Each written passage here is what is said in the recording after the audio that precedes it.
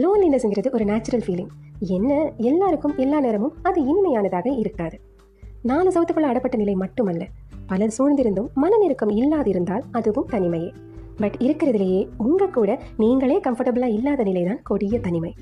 ஒரு வகையில் லோன்லினஸ் ஒரு அடிக்ஷனும் கூட. அது எவ்வளவு அமைதிகரமானது, எவ்வளவு சச்சரவுகள் அற்றதுங்கிறத நம்ம உணர்ந்துட்டோம்னா சில நாடகத்தன்மை மிகுந்த மனிதர்களை நம்ம டோட்டலாக அவாய்ட் பண்ணுவோம். ஒரு படி மேலே போய் மனுஷங்களோட மிங்கிள் ஆகிறதையே நம்ம குறைச்சிக்குவோம்.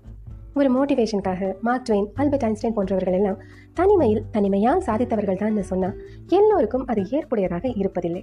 நான் ஒன்றும் சயின்டிஸ்டாக விரும்பல, என்னால் லோன்லினஸை ஹேண்டில் பண்ண முடியலன்னு ஒரு தரப்பு சொல்லும். நம்ம உடம்புலையும் மனசுலையும் எல்லா வளங்களும் இருக்கு. ஒரு ஹாப்பி ஹார்மோனை சுரக்க வைக்கிறதுல இருந்து ஒரு ஆசையை நிறைவேற்றிக் கொள்ளும் அதிசக்தி வாய்ந்த அதிர்வலைகள் வரைக்கும் நமக்குள்ள இல்லாததுன்னு எதுவும் இல்லைங்க. பட் சில நேரங்களில் நாம தான் நம்மளை அண்டர் எஸ்டிமேட் பண்ணிட்டு சுச்சுவேஷன்ஸை நொந்துக்கிட்டு சுற்றத்தை குற்றம் கூறி வளராம ஜஸ்ட் எக்ஸிஸ்ட்ங்கிற நிலையில இருப்போம். ஒரு சாமானியனுக்கு லோன்லினஸ் எப்படி ஜெயிக்கிறதுன்னு தெரியாதா? ஒரு ஃபிசிக்கல் ஆக்டிவிட்டி அல்லது எக்ஸசைஸ், ஒரு செல்ஃப் கேர் ப்ராக்டிஸ்னு எதையாவது பண்ணாலே நாம இன்ஸ்டன்ட்டாக உற்சாகமாகிடுவோம். அளவோடு பயன்படுத்தும் போது கேட்ஜெட்ஸ் நல்ல நண்பன் தான். நம்ம லோன்லியாக ஃபீல் பண்ணுறப்போ லேர்னிங் தாங்க பெஸ்ட் மாற்று வழி, ஒரு வகையில் தீர்வும் கூட. ஒருத்தருடைய கற்றல் திறன் எப்போவுமே மழுங்கி போகாது. எத்தனையோ ஃப்ரீ ஆப்ஸ் இருக்குது. ஒரு மொழி, ஒரு கலை, ஒரு கைத்தொழில்னு எதை வேண்டுமானாலும் கற்கலாம் அந்த கையளவு ஸ்மார்ட் ஃபோனில். அதோட நீங்கள் கற்றுக்கிட்டதை மற்றவங்களுக்கு சொல்லித்தரும் பொழுது, ப்ராக்டிஸ் பண்ணும் பொழுது அது இன்னும் வளரும், வலுக்கும். இதுக்கும் ஏகப்பட்ட டீச்சிங் ஆப்ஸ் இருக்குது. இதெல்லாம் டைம் இருந்தால் பண்ணலாம்னா டைம் இருக்கிறதுனால தானே லோன்லினஸை உணர முடியுது. ஸோ உங்கள் மனசு சொல்கிற எக்ஸ்கியூசஸை காதில் வாங்கிக்காதீங்க. ஒர்க் பிளேஸ், கிளாஸ் ரூம்ஸில் தனிமையை உணர்றீங்களா? நீங்கள் என்ன பண்ணுறீங்க? எந்த மாதிரி சூழ்நிலைகள் உங்களை இப்படி ஃபீல் பண்ண வைக்குது?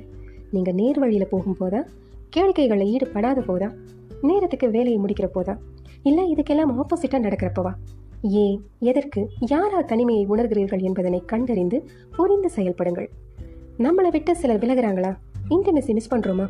யார், ஏன், எதன் அடிப்படையில் விலகினார்கள்? நீங்கள் இன்ட்ரெஸ்டிங்கான பர்சன் இல்லைன்னு விலகினால் உங்கள் வேலைப்பாடுகளை சுவாரஸ்யமாக்குவதை கற்றுக்கொள்ளுங்கள்.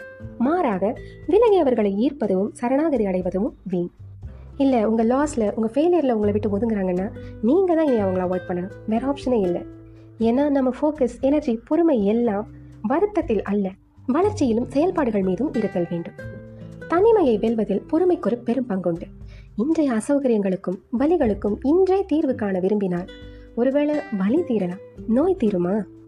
எழுத, பேச, பழக, தேர்வு செய்ய எல்லாம் நாம கத்துக்கிட்டு பிறக்கிறதில்ல. எல்லாவற்றையும் கற்றுதான் அறிகிறோம், தேறி மேடேறுகிறோம்.